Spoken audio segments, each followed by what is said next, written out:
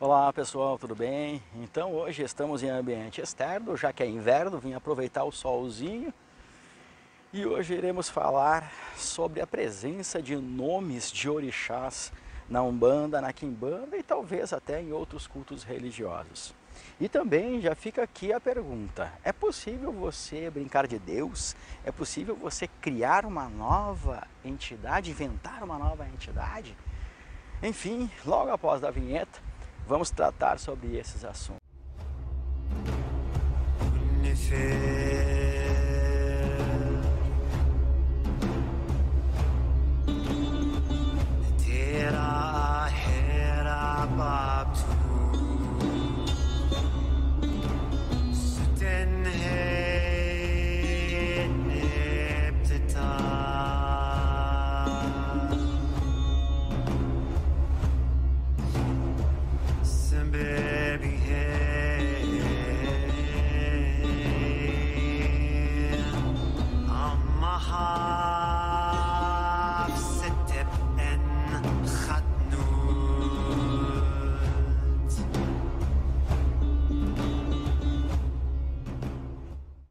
Amigos e simpatizantes, a primeira coisa que vocês precisam ter em mente é o seguinte: um nome, ele não representa um sujeito, uma criatura, um objeto.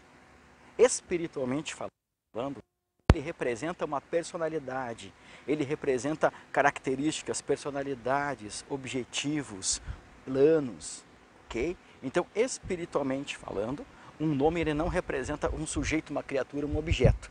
Representa, sim, uma personalidade, características e habilidades. Com isto, você vai entender aquilo que estarei falando agora. Na Umbanda, nós temos já a presença dos seguintes nomes: Oxalá, Oxum, Iemanjá, Xangô, Oxumaré, Oxóssi. Isto não tem como negar e não tem como tirar de dentro da Umbanda. A Umbanda, quando ela foi criada, ela veio para agregar todos os povos mais expressivos que começaram a moldar o nosso país. Sendo assim, nós temos entidades que foram derivadas do candomblé, dos povos indígenas, da cultura local. É por isso que nós temos pretos velhos, caboclos, indígenas, orixás, nomes expressivos de vários cultos locais e cultos que foram trazidos de outros continentes dentro da Umbanda. Então, não existe como você tirar esses nomes de orixás de dentro da Umbanda. Aí não seria Umbanda, seria uma outra religião. Mas o que é preciso entender é que Xangô dentro da Umbanda não é o orixá Xangô, é o caboclo Xangô. As pessoas acabam confundindo isso. Dentro da Umbanda, nós temos as personalidades Oxalá, Oxum, Iemanjá, Xangô, mas não são os orixás, são caboclos que têm a personalidade, características, habilidades equivalentes com aqueles orixás. Quem é de candomblé acaba, às vezes, fazendo confusão, tá? Iniciantes de candomblé ou iniciantes de Umbanda acabam confundindo o seguinte: ah, no candomblé eu sou de Xangô, então na Umbanda eu vou ser de Xangô. Não, não existe isso. Você pode ser do candomblé de Xangô e lá na Umbanda você ser de Ogum Rompimato, Tupinambá. Você pode ser de qualquer outra entidade, de uma Jurema, Jandira, Jandaia. Isto não significa que é a mesma entidade. Mesmo que, por exemplo, você seja de Xangô no candomblé. Se você receber Xangô da Pedreira lá na Umbanda, não é o mesmo Xangô. Aquele Xangô lá da Umbanda é um caboclo que ele tem a vibração, personalidade, características equivalentes àquele orixá. Existe sim o que é chamado de Umbanda cruzada, aonde é feito sacrifícios dentro da Umbanda, e aí sim existe a possibilidade de se ter orixás dentro da Umbanda.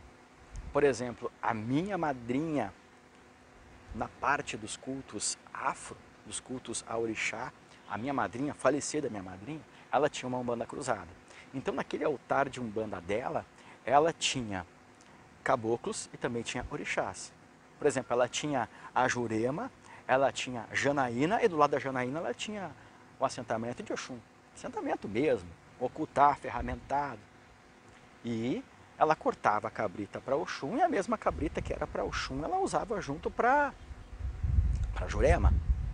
Mas isto é uma exceção, é uma umbanda cruzada. E mesmo que seja uma umbanda cruzada, não existe a necessariedade ou a obrigatoriedade de se ter um orixá. Isto vai depender do mestre que está criando ou do mestre que está colocando em prática aquele cruzamento de umbanda. Mas então, dentro da umbanda, nós temos sim a presença dos nomes dos orixás. Mas o que está ali presente não é um orixá, é um caboclo que ele tem a personalidade, características e habilidades equivalentes com os orixás, certo? E na quimbanda? Na quimbanda nós temos as presenças, na maioria das vertentes de quimbanda nós temos a presença de Omulu. Aí nós temos Omulu, Leba, nós temos também Ogum em algumas vertentes de quimbanda. Tá? A mesma coisa, não é a entidade orixá, Omulu, que está ali dentro. É um Exu que tem o nome de Omolu e isto faz com que ele tenha habilidades e características, personalidades equivalentes àquele orixá. Mas ele não é um orixá dentro da quimbanda e também não é porque ele tem este nome que ele vai ser maior ou mais importante que os demais. A não ser que aquela quimbanda tenha sido idealizada para que aquele Exu tenha uma representatividade diferenciada.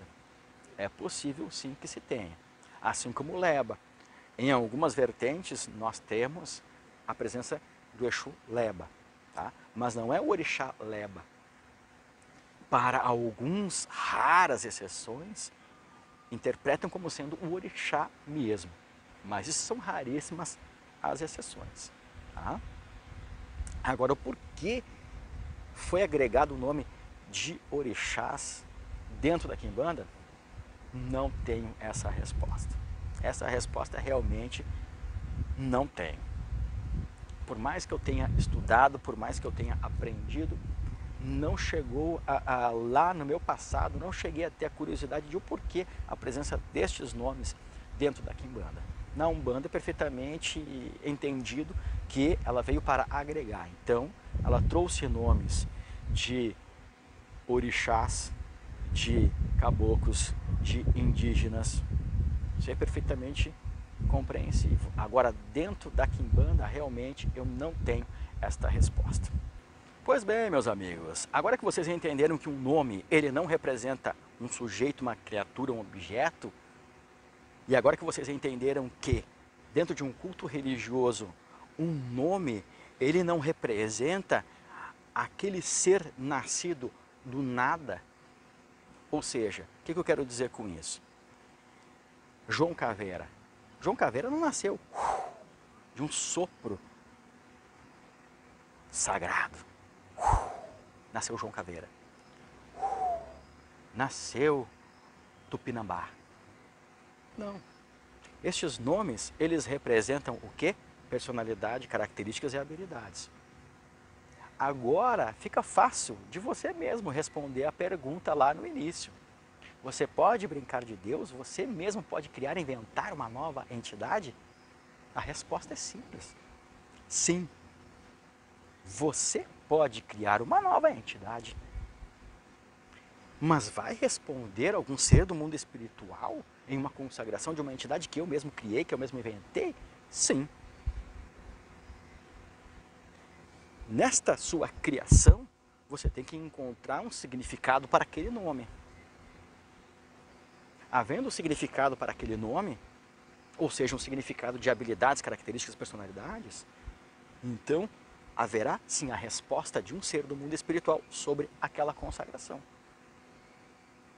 Então, os seres do mundo espiritual, eles tomam posse de consagrações de acordo com o nome que ela representa e, lógico, também vão poder agir e reagir de acordo com os objetos que compõem aquela representação física, aquela consagração. Vou dar uma ideia aqui agora, rapidinho. Exu, Zumbi das Sete Figueiras. É possível? Sim, é possível. Que tipo de entidade iria responder numa consagração dessa? Em primeiro lugar, uma entidade que iria trabalhar apenas para o mal. Por quê? O que o zumbi representa?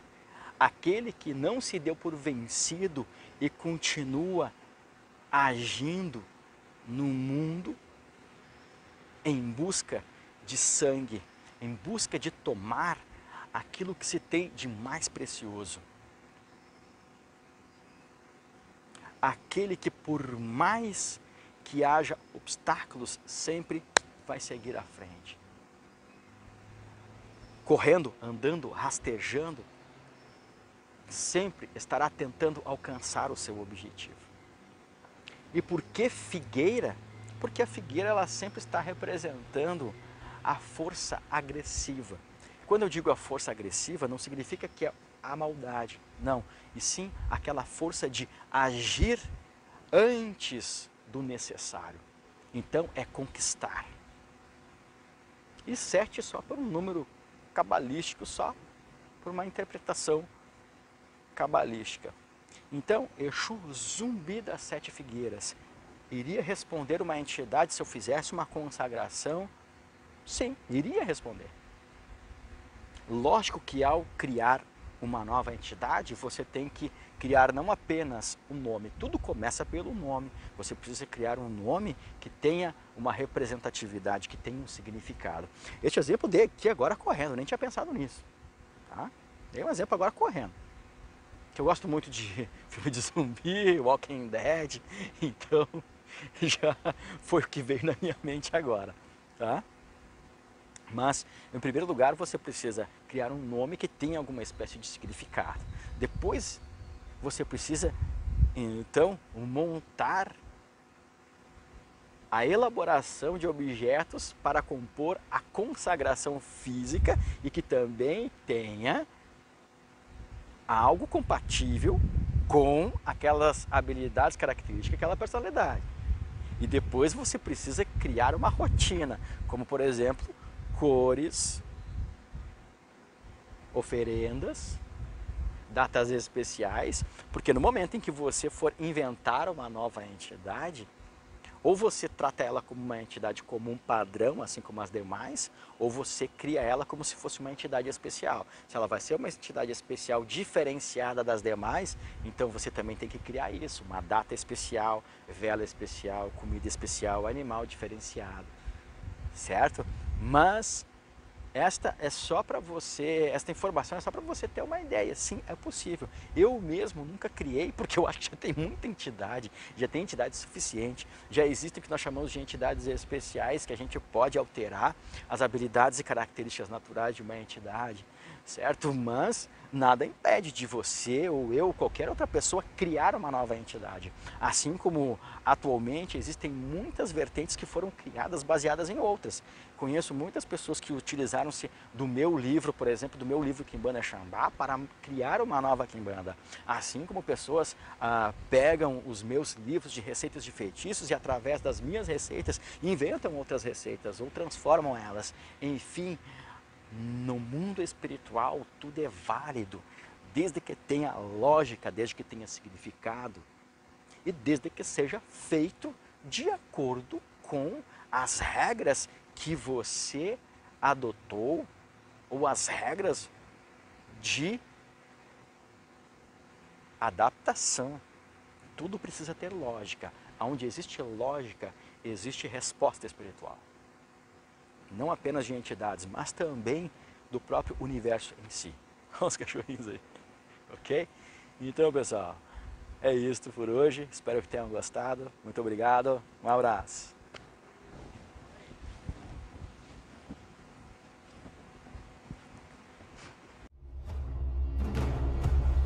me fez.